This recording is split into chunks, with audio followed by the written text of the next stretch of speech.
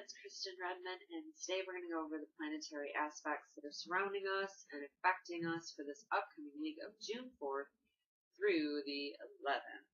And first of all, I want to apologize. It's been a couple of weeks since I put a video out.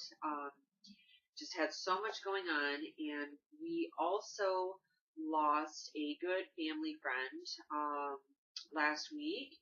And on Memorial Day, and last week kind of went into a little bit of a time warp, and I think when we have those unexpected losses, that's what we do in order to conserve the energy we have and what we're outputting to others around us in those times. We have to shut down a little bit, right, and focus those energies where we can. But I am back now. And what I'm going to do today is talk a lot about the sign of Gemini, because the sun has moved into Gemini a couple of weeks ago. So this kind of leaves off where we left off. And it really helps us to focus on that energy right now, because so much of that is a major player for this week, but has also been a major player for us over the past couple of weeks as well, as we went through that Sagittarius full moon last week. Okay. Of course, full moons are times of endings, and where cycles reach their natural completion.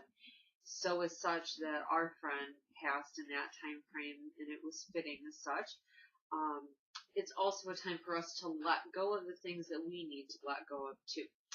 And each full moon carries its different energy depending on the sign. Now, of course, with this being the Sagittarius Gemini full moon, a lot of it has to do with communication. So where I'm going to start at now is astrology lesson on air signs and Gemini, and how it's playing a role for us this week in a really amazing way if you're ready to communicate some things that need to be said. These things have been getting dredged out, pulled out to us over the course of the past year. And this is kind of one of those time frames this week where the energy is at its absolute height to communicate those thoughts to others. So let's explain why, shall we? Okay, good old Gemini. Let's start with Gemini here. The sun moved in Gemini a couple of weeks ago, and as it does for those 4 weeks, when it's in each one of the zodiac signs, the sun shines a light on the energies of that sign and what it emulates and what it means to us, the symbolism of it in our lives. Shining a light on all of those areas. Now, when the sun moves into Gemini every year, it illuminates our communication, how we think, how we learn, how we speak to others and to ourselves as well. Gemini is the sign that is our need to communicate with and to learn from others. That's how you paraphrase what Gemini means to us. Now, Gemini is what is known as a mutable air sign. Now, in astrology, we have everything is broken down into the element of a sign, and hold on, got a little bit of a pop-up that happened there. And of course, I'm parked like 17 feet away from you here. Little side note there. Okay, I'm back again. Everything's broken down by element, and each element gets broken down even further by whether it is mutable, fixed, or cardinal. Cardinal initiates, fixed stays the same, and mutable is the one that is changeable and adaptable, and it will mold to whatever its situation is. Now, Gemini is known as a mutable sign. It changes. It kind of takes on that chameleon form to whatever is around it, and it easily adapts to any situation that it is put into because it uses its logic. That is what air signs do. They always follow their logic. That's Gemini, that's Virgo, and that's Aquarius, right? They're always thinking. Those are the ones that are up all night. Those are the ones that are always learning, wanting to do new things, learn new things, analyze everything, think things through. That's what air sign does. Now, we all have air sign, of course, in our charts, and that indicates how our mindsets work. Now, with good old Gemini, it is known as is a yang, mutable air sign. Either you're yin or you're yang. Yin is receptive. Yang acts on something. So Gemini is the sign that, of course, is thinking, because it's air. It's adaptable. So it's able to take on that changeable form to whatever its situation is around it. It thinks about it. It says, okay, I see what's happening in front of me. This is what I need to do to blend into the situation or work with the situation that I'm in. And then I need to act on it. I need to vocalize these things because it's a yang sign. Okay. So when the sun goes through Gemini, we all have that urge to communicate all of these thoughts and feelings that have been stuck and bottled up inside of here. Especially as we went through the Gemini Sagittarius full moon that happened last weekend. Okay, that happened on, what was it? So that would have been, I went into a time warp last week. It was on, so the day before Memorial Day. I'm sorry, my calendar is so far away, I can't even read it. You know what I mean, everybody. So those things come to form. Where do I need to say this? Because it is getting towards the end of this cycle. This has to end. I need to say these things now. There was a push for that to come out. Or I'm so stuck of being in the situation, I need to talk to somebody about it. That's what Gemini is. Gemini is, every sign has its little, all I can think of is logo right now. I don't know why my head's still not 100% working here, everybody, but it has a symbol. There we go. Thank you. Each one of the zodiac signs. And the symbolism for Gemini is the twins. Okay? And these twins, they represent that communication process. We need others to socialize with. We need others to learn from. We also need others to communicate with all of the things that we learn and read too. And that's what it is. So as we move through this time frame of Gemini, we're all putting that out there, right? What has been going on this year? A whole lot. A whole lot of change that happened in the past year in 2017 that was brought on, really pulling out of us what needs to happen in our life to make us happy. That was the main focus of 2017. Now here we are into 2018, and all of these big shifts have been happening astrologically this year. Big changes too. Major sign changes for slow moving planets out there that are all in earth signs. Earth signs are a little different than air signs. Air signs are all about thought and learning and communication, where earth signs are about tangible reality, money, physical body, and making sure that the ground under our feet is stable and secure. So here we've got all this major energy moving into earth signs, making sure that these changes that have been thrown upon us, forcing us into the next evolution in ourselves for what makes us happier, for living more so in our soul's purpose for why it's here. Now we have this solid ground under our feet to really make it happen. And these big shifts really started about mid-May to really start getting that solid ground under our feet. And I know all of you are feeling it in ways, whether it's the new job that's come through, new home, more financial security. These are things that are happening thanks to Uranus moving into Taurus and Saturn moving into that earthy Capricorn. These are big things, big in terms of solid structures for us moving forward. Of course, we're thinking of all of those things. And now it's kind of at that time frame, especially with this full moon that happened last week, where it's like, maybe we recognize and realize how much of those shifts and changes that happen to us we've held into ourselves. We haven't necessarily talked about with others. And we see the benefit in discussing these things with others. Or maybe it's not just a matter of discussing these things. Maybe you're getting forced to having to talk to somebody about something, about those changes that have been happening in your life. Maybe this is a time frame in this week or over the past couple of weeks where things have been initiated and now it's time where you actually have to go in and talk to somebody about it. Let's use an example. Let's say something happened at work. Okay, there's been all these changes going on at work. Maybe this is a time frame as the sun is going through Gemini that you are being called on to give your account of what's happened. You need to give your account of everything that's going on. there's so much to be said about where, over the past couple of months, as Aries has been pushing us to stand up for ourselves, now is the time where we actually orate that and bring that outward. And that is especially true tomorrow on the 5th. Tomorrow, that Gemini Sun aligns with its ruling planet Mercury. And that is going to be the best day of this entire year to say what it is you need to say.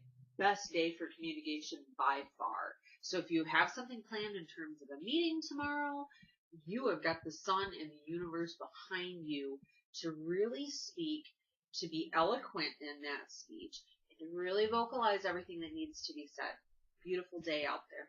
Good old Mercury. I tell you what, Mercury is so important to us because it's so darn close to the Earth. So we really, really are impacted by, even though it's a fast-moving planet and it ting-tong-tong, bing-bongs on all of the planets around us pretty quick because it moves a sign every 3 weeks. And it's constantly pinging and ponging off of one of those planets out there. As it does, because it's so close to us, it makes a big impact. Now, when Mercury is in its home sign of Gemini or its home sign of Virgo, those are the two signs that it rules, it's said to be at its height. It's working at its best capacity. So when it's in Gemini, we can really communicate with others. We're looking to socialize more. We're looking to have fun more. We're looking to get all of the stuff and the clutter that's in here and vocalize it outward. And if not vocalize it outward, we want to read and learn and take on new ways of figuring out how we can solve these problems that we're in. When Mercury moves into Virgo later in the year, in the fall time, that's when we analyze things a little bit more. It goes a little bit deeper in that time frame, but right now it's when it hits us and we're ready to say these things we need to say. Good old Mercury. I tell you what, Mercury represents the god Apollo from way back in the Greek times, right? Now, that was the messenger. Mercury, the messenger, the one who brought on swift little flights the messages to all of the gods, right? That's what our little buddy did. And he carried with him this little scepter, right? They had these two snakes with the staff in the middle of it, representing knowledge and swiftness. And as such, because of that sign that it rules, Mercury rules Gemini, it carries with it that energy too. So also Mercury and our buddy there, Gemini, it also represents swiftness and things happening quickly. That's why we say when Mercury goes into retrograde, we have delays, because the planet of speed and making things happen goes backwards. So you'll find that things are always delayed when Mercury is in retrograde. But when Mercury is rocking and rolling, and when it's in its home sign, things are moving at the pace and the speed they need to. Albeit it may be very quick and more than you want to deal with, but it's a great time to capitalize on that energy. Be aware, listen to those around you. This is a time frame as the sun goes through Gemini. It's not just about communicating what's dark and deep. It's about having fun. Because it's such a speedy little planet and it's ruled by that buster there, Mercury, it is about variety, learning new things, checking out new things, trying new things. So we also want to do that too as the sun moves through its home, that sign of Gemini as well. Travel more, because it's about traveling speed, right? Those types of things as well. And our friends and the friends that are around us. So you will find that in those 4 weeks that Gemini is illuminated by the sun's rays, our friendships with ourselves, with others, really come into focus. So enjoy the times that we have in that as well. Now, another thing too with Gemini is that physically it rules the tongue. They're talking. It rules the shoulders, and it rules the hands. Okay, so this is a great time, right, to get a shoulder massage, to get a hand massage, do a manicure. That's what I'm going to do up in here after I do this video, because my nails look terrible and you can't see them. But it does. That helps to activate that natural Mercury within us. It activates that Gemini within us, where we need to really get out there and verbalize the things that we need to. Great time to do that and focus on those things. So this week, like I said, that's what we're focusing on, because the Sun and Mercury are aligning together when Mercury is at its absolute height in Gemini.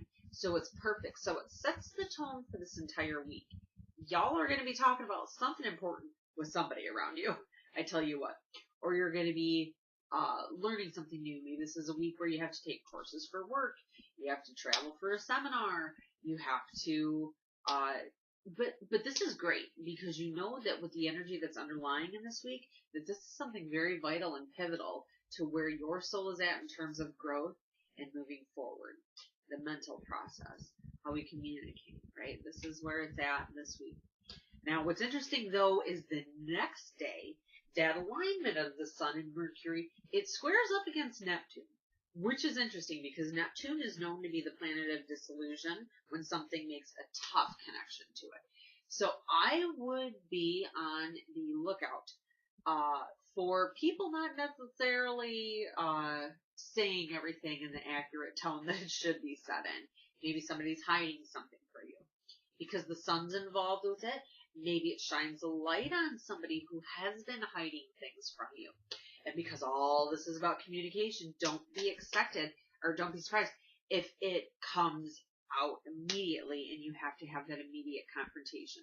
Just know that because all of this energy out there in the universe right now is so strong for communication, you're going to know exactly what to say, when to say it, and how to say it. So know the universe is behind you for that. The only other thing we have happening this week is Venus, the planet of love and money, which is also in the sign of Gemini, okay?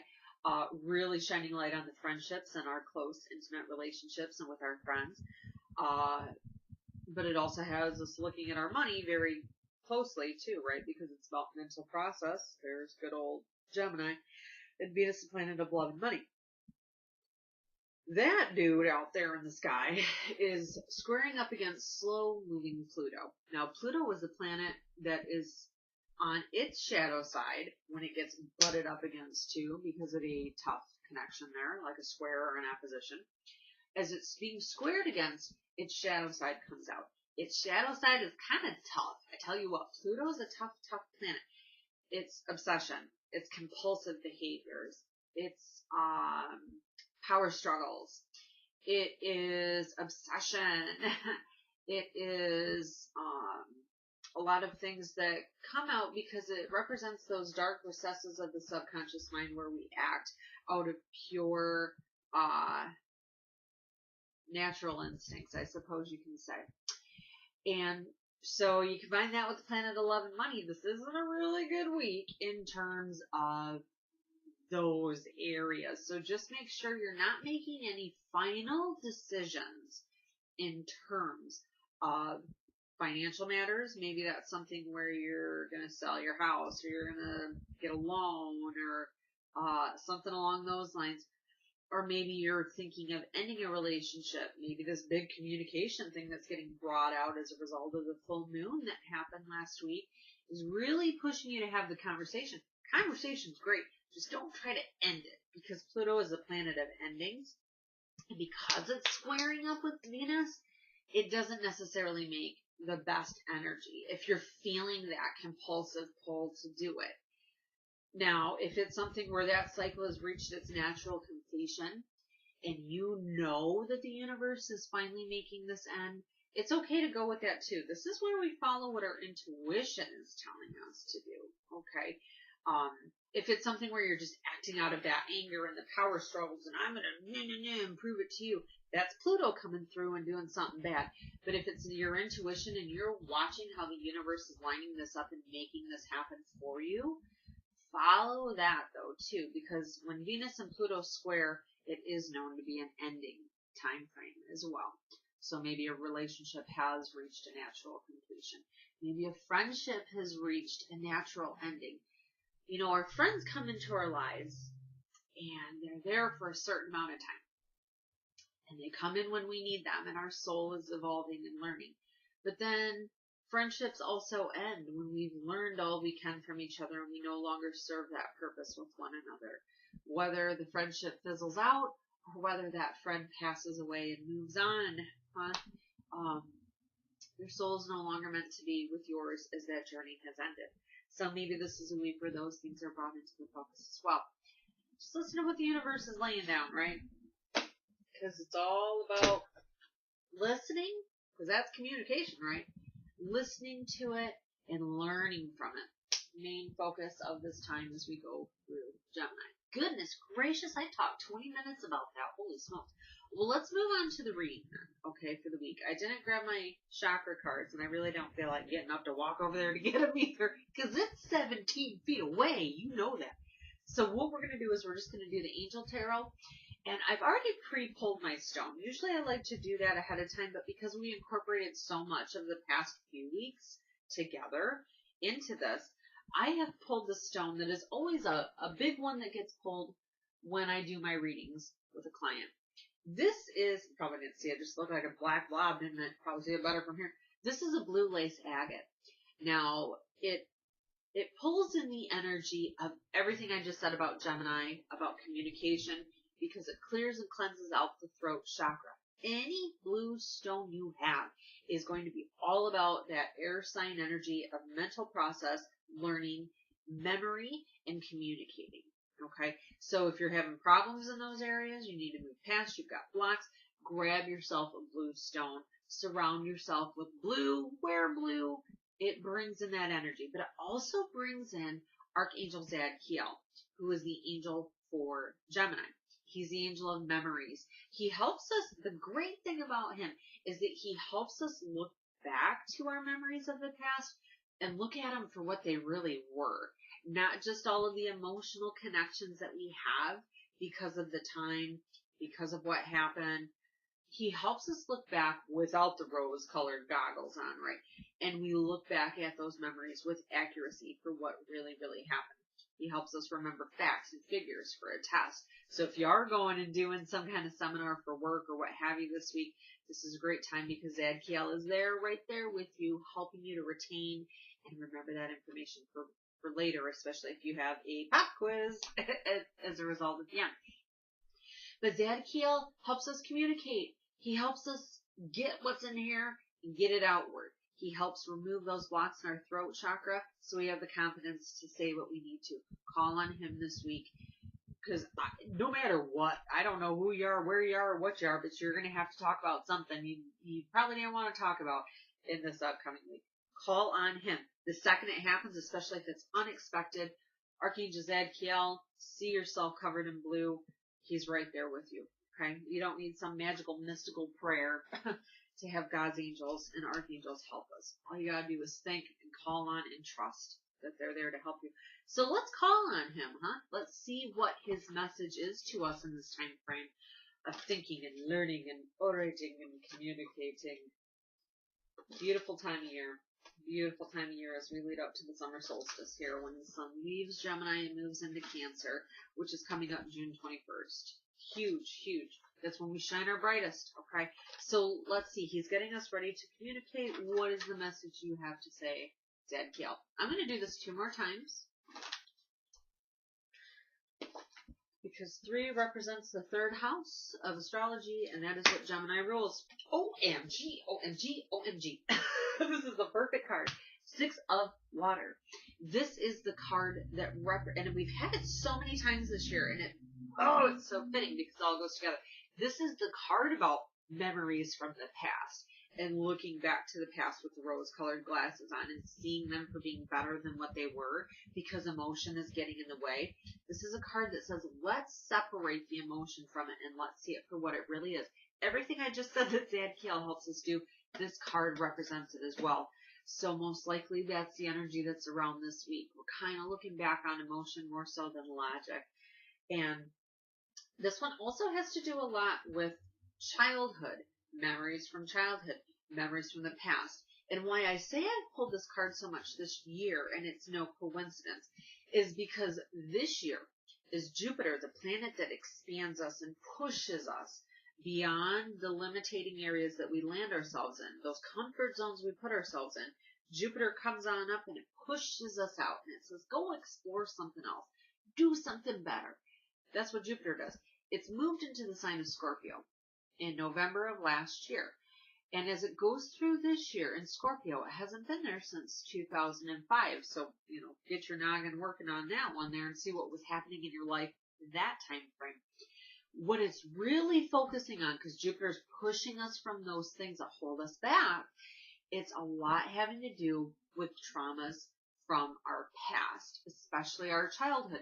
Because what happens is these T's, as a good therapist friend of mine says, they anchor us down and they hold us back. T's are the traumas that happen in our lives, right? Now, what happens though, unfortunately, it keeps us from moving forward and we need to be released from them.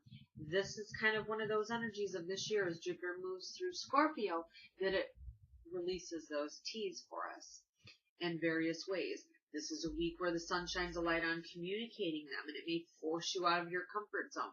But it's also forcing you out of that T. It's forcing you out of that hold and grip of the comfort of the past and seeing the reality for what it is. So let's think of that this week.